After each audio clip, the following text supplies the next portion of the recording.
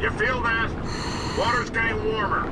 You wet your pants, Davey? This is a cooling tunnel. Of course it's getting warmer. No one urinated.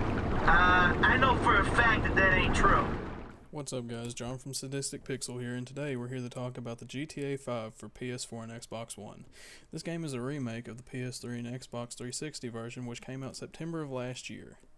So, the good things that I found with the new game is the new customizations of clothes, cars, and even new tattoos, which is really important because it shows that Rockstar really does care for us. You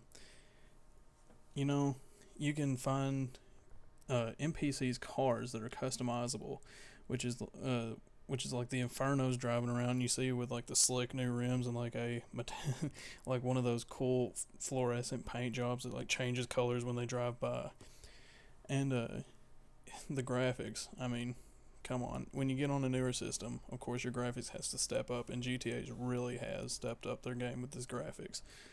I mean, of course it doesn't look really realistic, but at the same time, when you look at the water flying over, you think you're flying over the real ocean.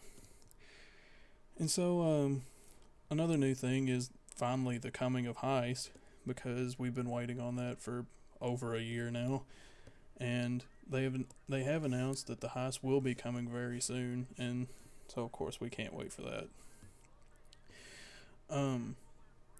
A few of the bad things that I've seen on this is like random glitches that happen. Like for one of the missions, you have to go into a house and do certain things that I'm not going to spoil if you haven't played the game, and you grab a gas canister, which is a new weapon in the game, and as you're doing a gas trail to do something special with it, all of a sudden my whole house disappeared that I was in, and I had to guide my character out of the house without knowing what to do, and I kept getting stuck on random things, and it was real stressful. And I thought I was gonna have to restart the game, and I would lose like the car that I just bought and customized, and I was gonna be really mad. But luckily I got back in there and it respawned the house. But there's other glitches, like of course cars spawning in front of you, or some jackass driving on the wrong side of the road and running into your car when you're in a high-speed chase.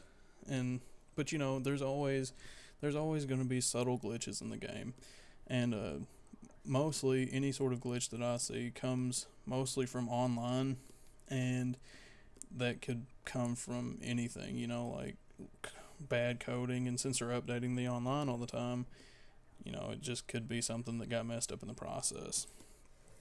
But speaking of online, Rockstar has been exceptional on their love for the player.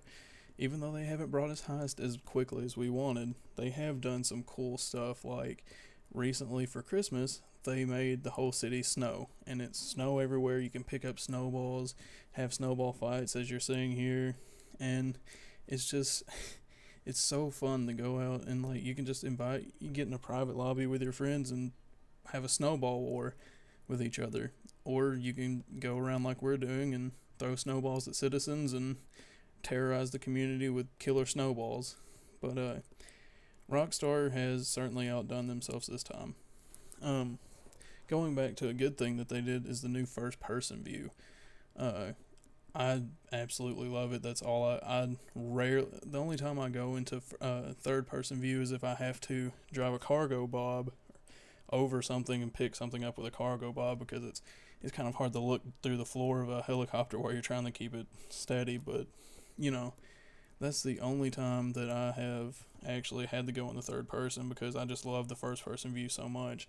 It has changed the gaming experience for me, really, because it's I don't know how to put it. It's just so neat, and it's a new feature, and they've worked on it so much from their past games, because in the past the first person views, like, you know, if you get in a car, it's in front of your bumper and you're going to have to try to steer from pretty much lower level than what you need to, but they have really stepped it up this time, and everything looks so cool. Overall, I give this remake a 9.0 because they've worked so hard on it, and they've brought so many new things to the table that it's incredible, really, how much they care for us as gamers, I guess. I mean, of course, they're getting their money's worth out of it, but, you know, it really feels like they care when they take the time out to add new content to an older game instead of just, revamping it and pushing it onto the store. And